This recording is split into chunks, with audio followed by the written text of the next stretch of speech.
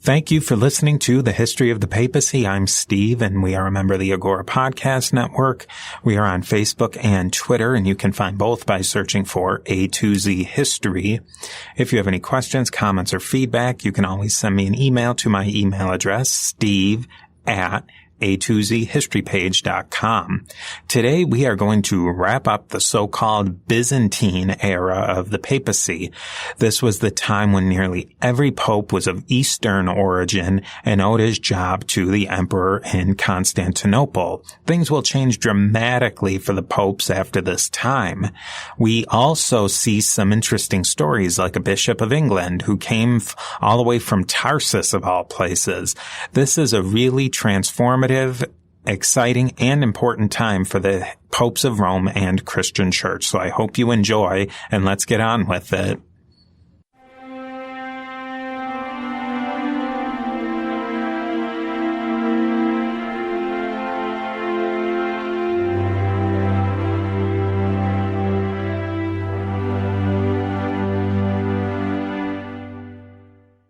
We're back to discuss the fallout of monotheletism and the continuation of the Byzantine Eastern Roman dominance of the papacy and Italy. That dominance won't last forever, though. During today's episode, we will see just about the peak of the control of the Byzantines that they would have over the papacy. New players and new trends are on the horizon. We are going to move through many of the events of this time period. There were a lot of popes in the roughly 100 or so years today's episode will cover, and we'll only gloss over a number of them. But they all deserve their due, so let's just list them here as an introduction. And this will also set the time period we're going to talk about today. We have Martin I, who was pope from 649 to 655, Eugene I, who was pope from 655 to 657, Vitalian, who was pope 657 to 672, Adeodatus II, believe it or not, who was pope from 672 to 676. So you see, we're seeing a lot of short reigns here. Donus, who was pope from 676 to 678. Agatho from 678 to 681. Leo II, not quite the same level of Leo the Great, but hey, he's a Leo all the same. And he was pope from 682 to 683. We have Benedict, another short papacy of 1 year from 684 to 685. Another one of John V from 685 to 686. Conan, not to be confused with Conan, from 686 to 687. So you see in this, in just a few short years, we have a lot of popes in there, especially just boom, boom, boom, one after another, short reigns. Sergius, the first, who was pope from 687 to 701, so one of the longer reigns, he featured two anti-popes, Theodore and Pascal, who were both, had short anti-papal reigns in the 687. We'll get into that one, so don't worry about that. John VI from 701 to 705, John VII from 705 to 707, Sisinnius, who was just pope for a little bit in 708, Pope Constantine, 708 to 715, Gregory II from 715 to 731. Again, not quite Gregory the Great, but hey, he counts. Gregory III from 731 to 741. And then last but not least, the last of our Byzantine popes is Zacharias or Zacharias, depending on how you're going to say it. I'll probably say Zacharias from 741 to 752. In this episode, like I said, it will be the peak and then the inevitable fall of the Eastern Roman Empire's dominance of the Roman Papacy. This marks the very long period when Syrians, Greeks, Palestinians, and generally men of Eastern origin, either birth or of Eastern familial background, fill the office of Pope. There were very few Westerners or Latins as popes in this time period. Let me give you a really short summary of the last episode on monoenergism and monotheletism, because this will be a carryover. You can go back and re-listen if you want to get details, but just to get us up to speed for today, even if you did just freshly listen to it. In the early 600s, there was a compromise was proposed to unite monophysitism and Chalcedonian Christologies, and there was something called monoenergism, or one energy, or one operating activity in Jesus Christ. Monoenergism was found to be lacking and was revised to a new position called monotheletism, where Christ has one will that comes out of his two natures, his divine and human natures. And it's actually a Roman Pope, Pope Honorius, who teaches that monotheletism is okay, which was and is to this day considered heretical or a wrong teaching. And it's really this idea that Pope Honorius came up with, this idea of monotheletism, is really going to be a thorn in the side of the papacy for centuries to come.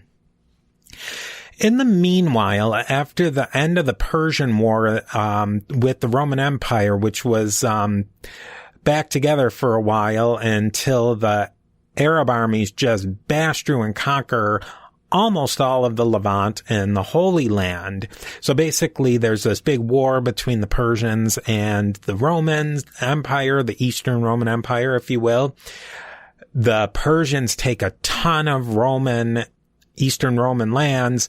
The Eastern Romans take all that land back, and then almost immediately the Arabs come out of Arabia and take all of that land that the Persians had previously taken. The Eastern Roman Empire, the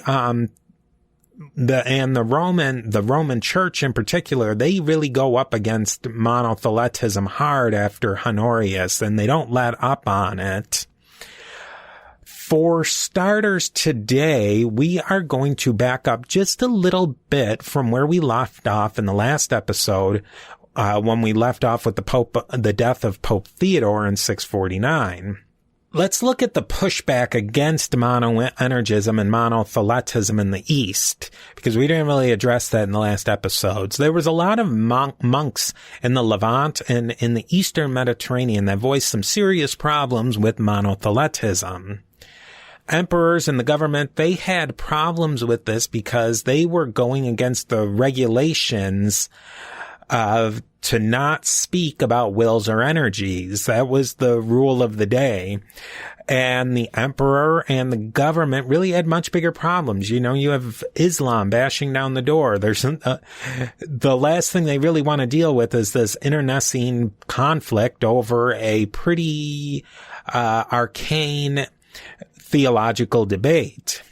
Now, most of these monks were Chalcedonian Christians, and they fled from the Levant and Syria and other places to flee the Arab armies. They also were fleeing from the Persians, too, previously. So there was a big exodus of educated clerics and monks and scholars who were fleeing the East, and they would progressively hop from one place to the next west. Eventually, a colony of Eastern monks wound up in Roman North Africa around Carthage. And the leader of this group was named Sophronius, and later another monk named Maximus or Maximus arrived, and he would become a student of Sophronius. Maximus was actually a fairly high-level government leader and from a wealthy family. He left his career to become a monk, and he lived in a monastery near Constantinople. He left during the Arab sieges and conquests, as did many other Greeks and Syrians. he arrived in North Africa in late 620s, early 630s, and he fell in with this diaspora of monks fleeing to the east.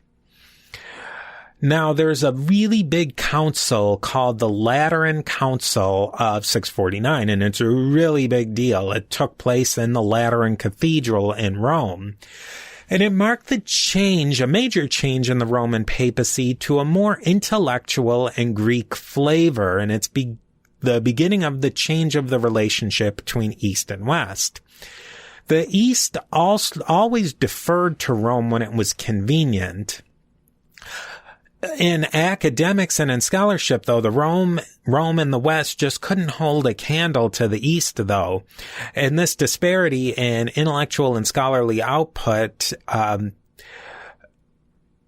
just basis in general of intellectual and scholarly output was closed up in the mid-600s. These Greeks and Syrian monks and academics who fled all these conquests, they kind of set up in Rome, and they really raised the level of academic rigor in the West.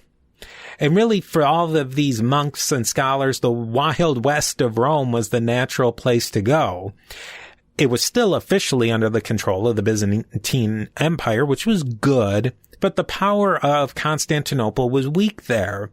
Popes of Rome had an independent streak to begin with and an independent power base, so it gave these monks some new tools to fight against these heresies, so to speak, that were going on in the East.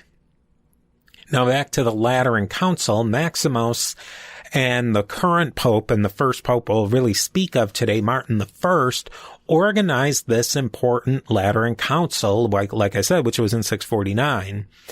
And it was a very choreographed affair. You had Greek and Syrian bishops and monks who very carefully managed it. And it was really a full and complete takedown of monothelitism. Now, these Westerners tried to make the claim that the council was ecumenical or worldwide, really in the same rankings as up to this point. The big five Eastern councils, Nicaea 325, Constantinople 1 in 381, Ephesus 431, Chalcedon 451, and then Second Constantinople in 553. Now, the Roman emperor definitely didn't agree. According to the Roman Byzantine tradition, only an emperor could call a worldwide or ecumenical council. According to Rome, the popes ratified councils, so why not just skip the middleman altogether if the emperor was acting in a heretical way? It seemed natural. And this council and its very detailed documents kindled a fire of opposition to monothelitism all over the West and the East. As one can imagine, the emperor was not happy. He had Maximus and Martin arrested. Now, Martin was very ill even before his arrest in 655, and they treated him very badly. I mean, they just humiliated this poor guy constantly. And like I said, he was sick already, so it's kind of adding insult to injury. He was put into exile in the Crimean Peninsula. And I always ask, why are all these people exiled to the Crimea? And I can see that it was really, they were throwing these people to the end of the world, especially if you're from a Roman perspective. This is as far away from the West as you can possibly get, and really the Roman mindset. And forget about Constantinople. From my perspective, being from upstate New York, at least the weather doesn't seem so bad. I don't know. You got to take with the good with the bad. Anyways, Maximus was humiliated and mutilated too. He had his tongue cut out, which was symbolic because that's what he was using to speak out against the emperor. And he also had his right hand cut off, which symbolically, and physically too, it was used for writing against the emperor. And he was also sent into exile, and he was imprisoned in what was called Scythia, which is actually an area even further away from the Crimea. Maximus may have even gotten a more severe punishment than Martin, because, Martin was in probably something that was at least a little bit more cosmopolitan, and Martin wasn't mutilated along the way. Now, Martin, he lived a little while, at least, in Crimea. He wrote some letters back to Rome, pleading for them to send him some supplies to help him out. And he also pled for his colleagues in Rome to respond to his letters. So he's firing off letters and not getting any responses. And he also made a final plea for them to not elect another pope while he was still alive. Unfortunately for Martin, that's exactly what the Romans did.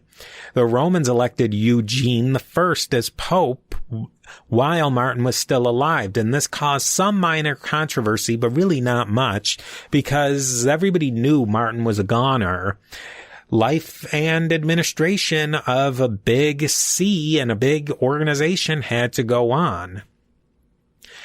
Both Martin and his pal Maximus broke the don't ask, don't tell policy against talking about monotheletism, and they paid the price. Now, there's a bit of drama that goes on during the reign of Eugene. Eugene he really wanted to smooth everything over with Constantinople. He was going to accept one of the latest compromise positions from Constantinople, in that Jesus's each natures had one will. Okay, that's okay. What's not okay is each one of those wills combined into a new will, kind of like a tritheletism, and that wasn't going to last long. You could also say that it's kind of like monophysitism coming through a back door of monophysitism. So really just not a great compromise for the Chalcedonians. Eugene was more or less forced to not support this one, and the Emperor Constans II was very angry, and he promised to do Eugene like he did Martin. Fortunately for Eugene, he died before that was able to happen. The next Pope, Vitalian, made a huge mark on the papacy. He reigned for a long time, especially for Pope of this time period. He reigned for 15 years, from 657 to 672, and it marked the beginning of an almost unbroken good relationship between the popes of Rome and the emperors of Constantinople until the end of the Byzantine Papacy.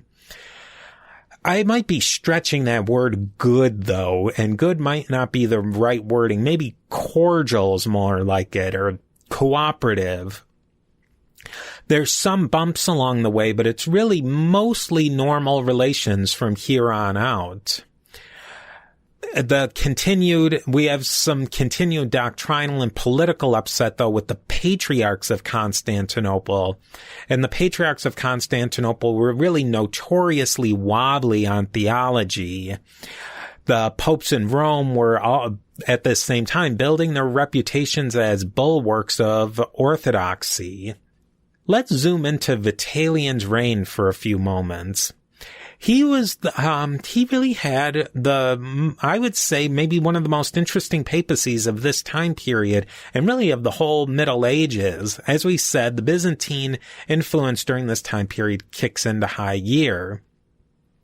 During Vitalian's reign, the last time a Byzantine emperor visited Italy occurred. Emperor Constans II, who was emperor from 641 to 668, which was a decently long reign for an emperor too, visited Rome and had a very busy emperorship, if you will, for his whole time.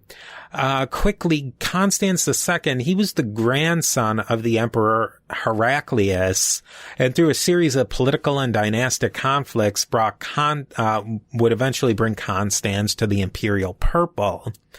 the Eastern Romans continued to be pushed hard by the Arabs, and Constans lost a major sea battle, the Battle of Phoenix, or also known as the Battle of the Masts, in 655. Now let's just talk a little bit about Constans' visit to Rome. It was a pretty short visit. I mean, a quick, vacation. And we know the exact dates. It was from Wednesday, July 5th, 663 to July 16th, 663. Constans processed from the south through the historical center of Rome and then eventually ending in St. Peter's, just outside of Rome, in the Vatican.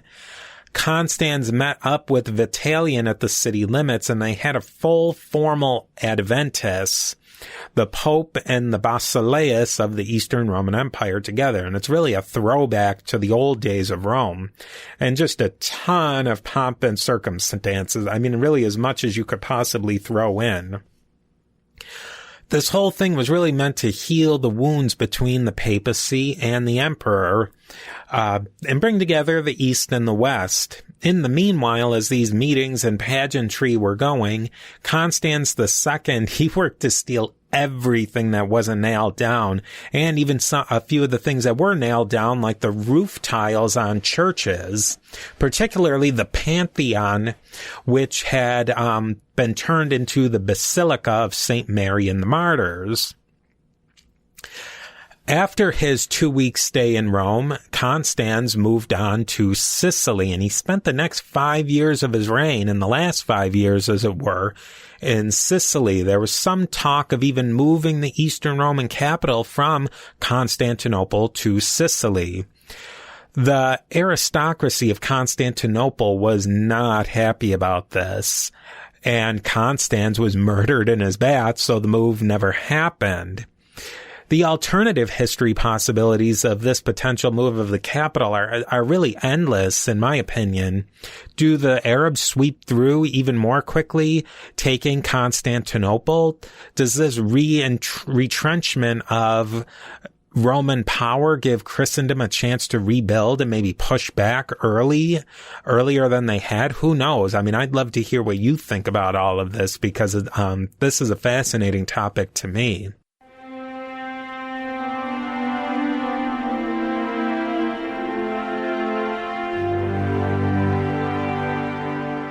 Vitalian did some reforms and tweaks to the papacy as well.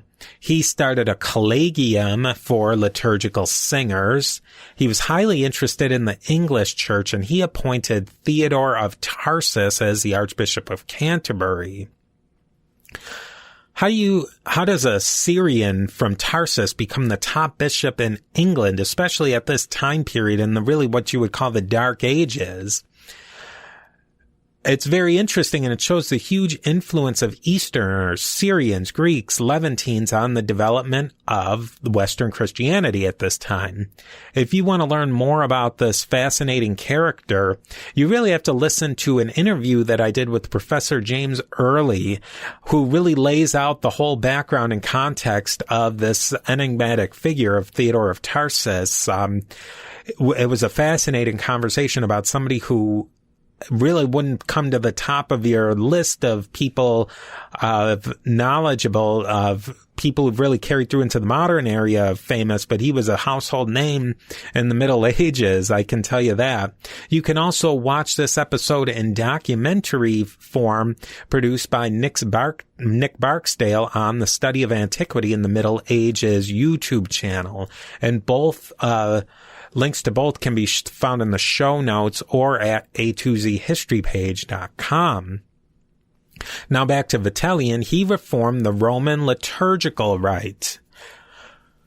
We will talk about liturgy and influences of the East on liturgy at this period in a few moments. For the next 75 years after Vitalian, Greeks and Syrians would dominate the papacy. Of the 13 men who reigned as popes during this time period, only one was a Roman of Italian background and of Roman Latin background. For the record, the two anti-popes were both also Roman Italians, Latin Italians. The rest of the popes were of some identifiable Eastern extraction. They were directly from the East or of Eastern heritage. They were Syrians and Greeks. They spoke Greek and or Syrian. They were Greek and Syrian in culture. Some, like I said, were born in the Eastern diaspora, which included places like Sicily and southern Italy. They were wealthy and educated people who fled the East due to the Persians and the Arab conquests. Many of them settled into this area called Magna Graecia, which was the areas of Sicily and southern Italian peninsula, which was a natural place for them to settle because these areas were very Hellenized or very Greek in flavor. And they would remain highly influenced by the Greeks, and some of these Greek influences survive to this day. And there's a DNA evidence to speak to this, but also cultural and linguistic evidence. Just a common last name in this area of the Italian peninsula is Greco. I mean, take that as just one example of many, many examples. So that means that Greek and Eastern learning became completely normal in Rome. Greco-Syrian popes picked up on certain Roman practices and ideas such as the primacy of the papacy and as the popes as defenders of orthodoxy. The basic foundations of Roman liturgical rites were very much impacted by the Greek and Syrian language and practice. And I'll give you some examples. For one, the famous Hail Mary prayer. You can look that up at Hail Mary, full of grace, is of Eastern origins, which the Western usage goes back to about this point in the 600s. In general, Mariology or Virgin Mary veneration traditions strongly spread from the East to the West in the 600s and 700s.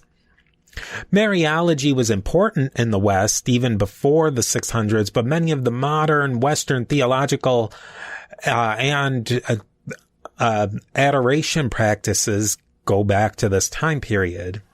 The procession of palms on Palm Sunday is another one. Large over-the-top papal processions around the city, particularly from the Lateran to the titular churches, was formed on a Byzantine model.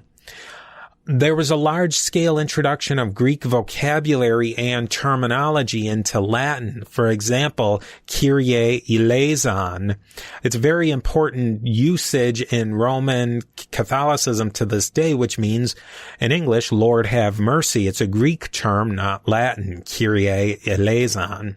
As far as I know in my research, the Latin term for Lord have mercy is not used even in the Latin language Mass, but I could be wrong on this one. I'll stand to be corrected. My research may not have been complete on this one.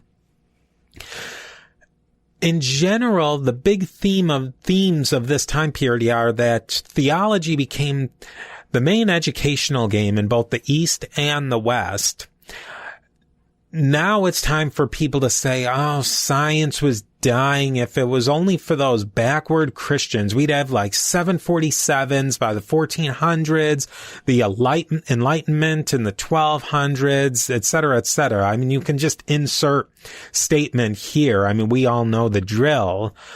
As things stand, though, the Eastern Roman Empire kept learning and the classics alive. This learning spread to the Islamic Empire and lands via Greeks, Syrians, and Nestorians. The Arabs spread that learning back around to the West with help from Greeks and Syrians.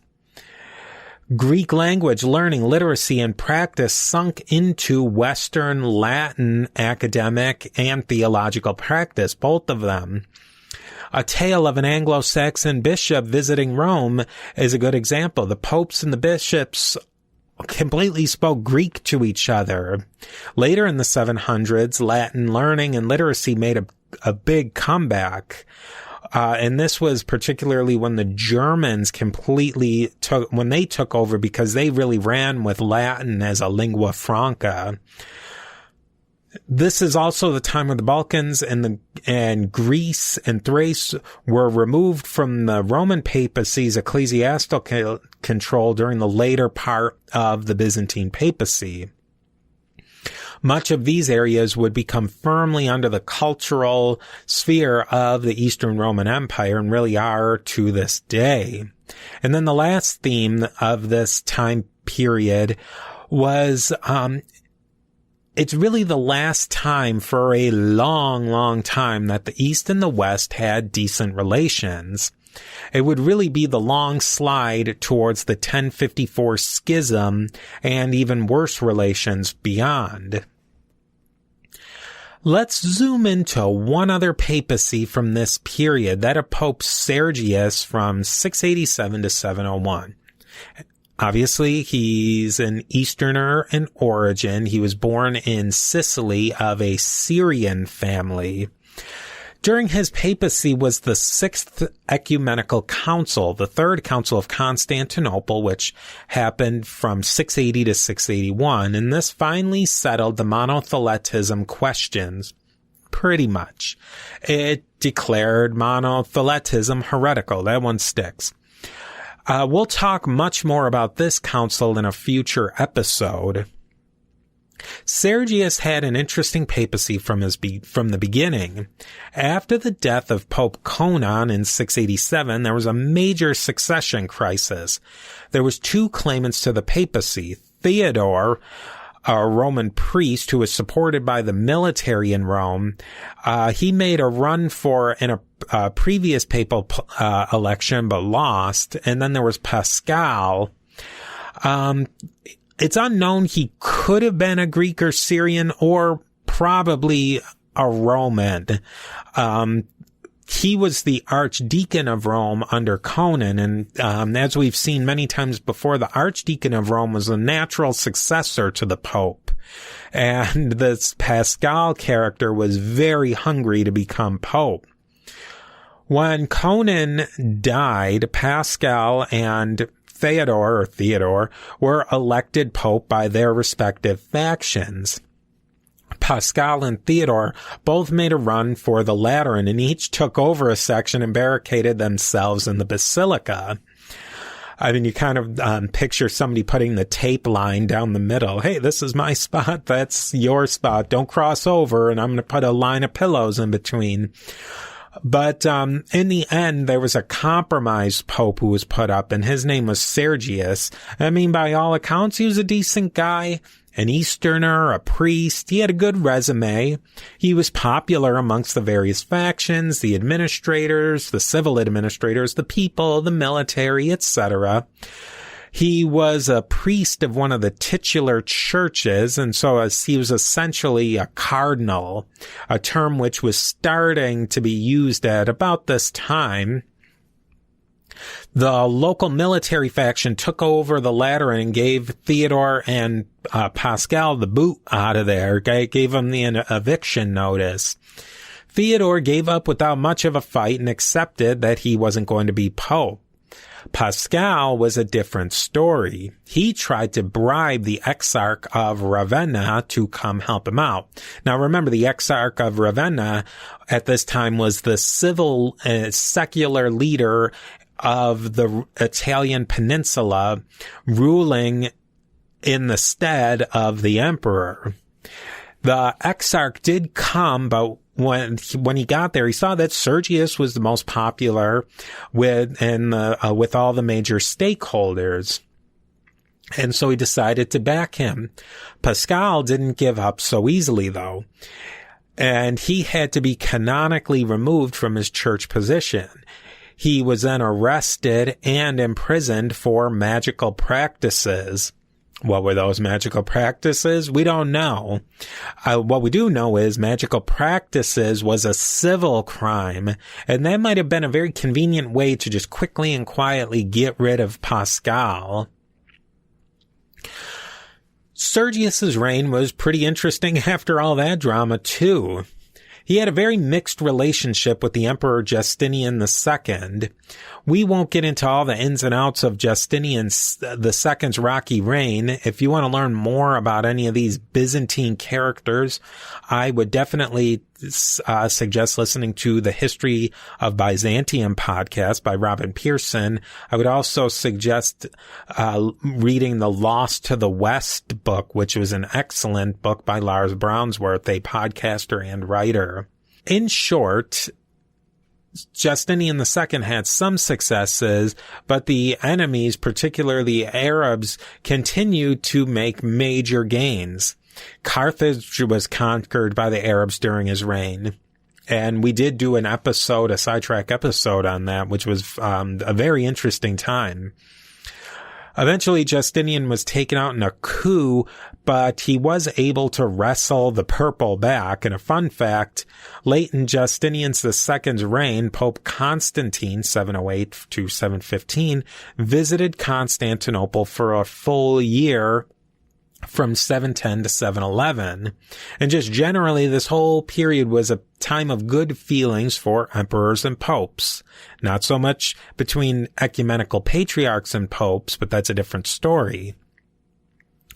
Constantine and Justinian II were able to come to some sort of détente over the canons of a council called the Quinisext Council, the Fifth-Sixth Council, which we'll get into in a bit and in a later episode as well. This was the last time that a pope would visit Constantinople until Pope Paul VI did in 1967. So a long time, almost in the neighborhood of 14 centuries.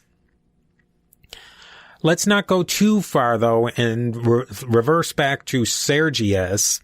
And back to this Quinisext Council. Like I said, won't go into the details yet. That's a future episode and a part of the upcoming Sixth Ecumenical Council episode. What we need to know for right now, though, it was a completely Eastern affair. It was meant to finalize some of the details and loose threads of the Fifth and the Sixth Ecumenical Councils, therefore the Quinisext. Fifth, Sixth Council. It's also called the Council in Trullo because it was held in the Trullo, a building in Constantinople. This council and its canons had a few poison pill canons for the West. It put a ban on clerical celibacy. Clerical celibacy was a long-held tradition in the West and still is, at least for the moment, and at least in theory. I mean, there's a million exceptions, but it was really the clerical celibacy was the rule since the going back into the time where there was still a Western Roman Empire. There was also a canon that put a ban on using imagery of Jesus as the Lamb in church art. And this was a very popular style and an important imagery in Western art. And there was a couple others too, but you get the drift. There was some things that that they kind of stuck in the West's craw. Sergius refused to sign off on these canons, which got Justinian II seriously angry. Justinian planned on giving Sergius the old Martin I treatment, but the troops refused to follow the orders and turned on their commander. The situation fixed itself because Justinian was exiled for his first time, and that was that for these canons, at least for a while.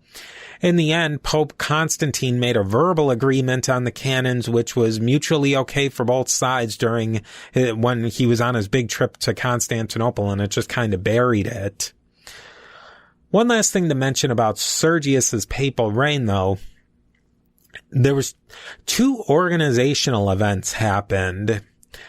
Ravenna lost its autonomous and autocephalous status that it had as its bishopric.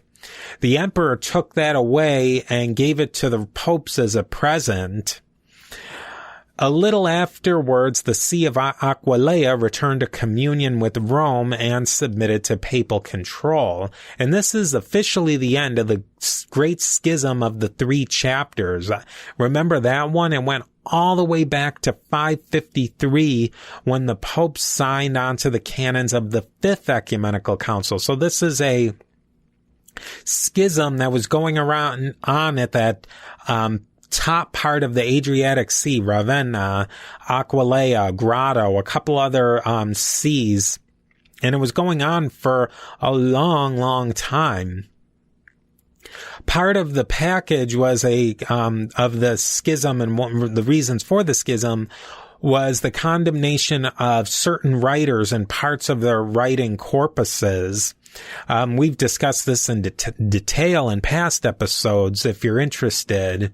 These condemnations were highly unpopular in the West, and quite a few bishoprics, like I said, went into schism over the condemnations and some other issues such as ecclesiastical independence from Rome. Well, this schism was officially finished and really helped Rome build its power and prestige in the Italian peninsula. And here we really go to the end. The end of the Byzantine Papacy was really more of a fizzle. It just kind of faded out.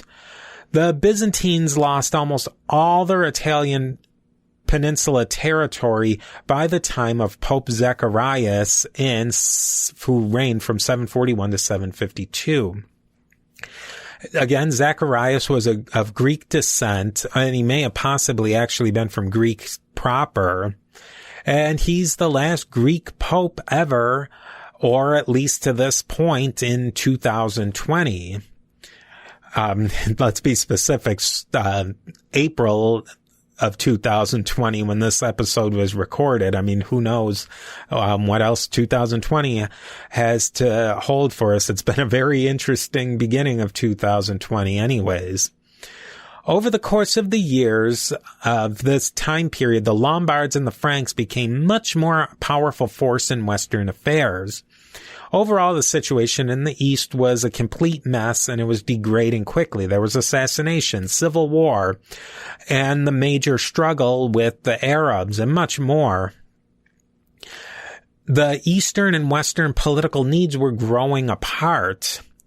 There were some big events that happened during this time period, like the Arab conquest of Spain in 711, the Battle of Poitiers or Tours in 732, October 10th to be exact, an important date in my family, but many, many centuries and millennia after that.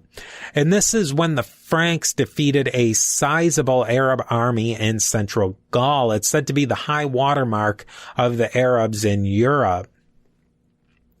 The East continued to be an incubator of heretical or outside the mainstream viewpoints. The end of the Byzantine Papacy saw the rise of iconoclasm, the iconoclastic controversy.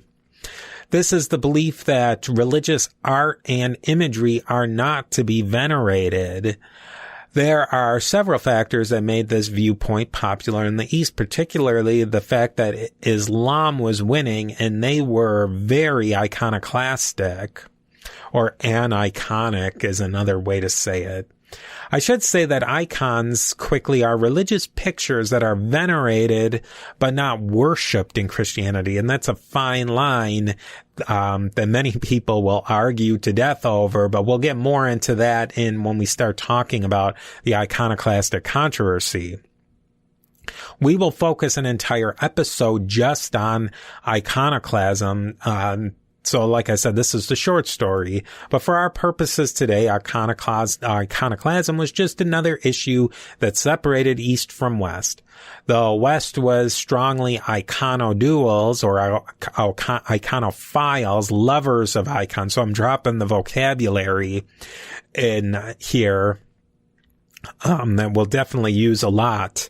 And really the West, they just thought iconoclasm was nuts. Like they just didn't understand the basics of why people would have such a problem with religious imagery. Pope Zacharias made a very big decision that would change the history of the West completely. which is another story that we'll get into more.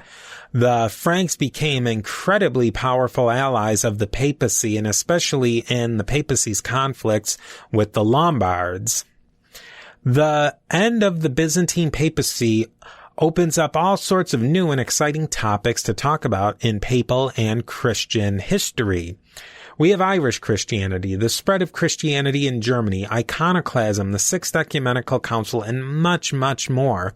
If you have a specific topic, maybe a topic that's nested inside of one of these topics that you'd like to hear more about, I'd love to hear your ideas, and maybe we can turn them into show topics. And just thank you so much for listening, and I look forward to talking to you next time.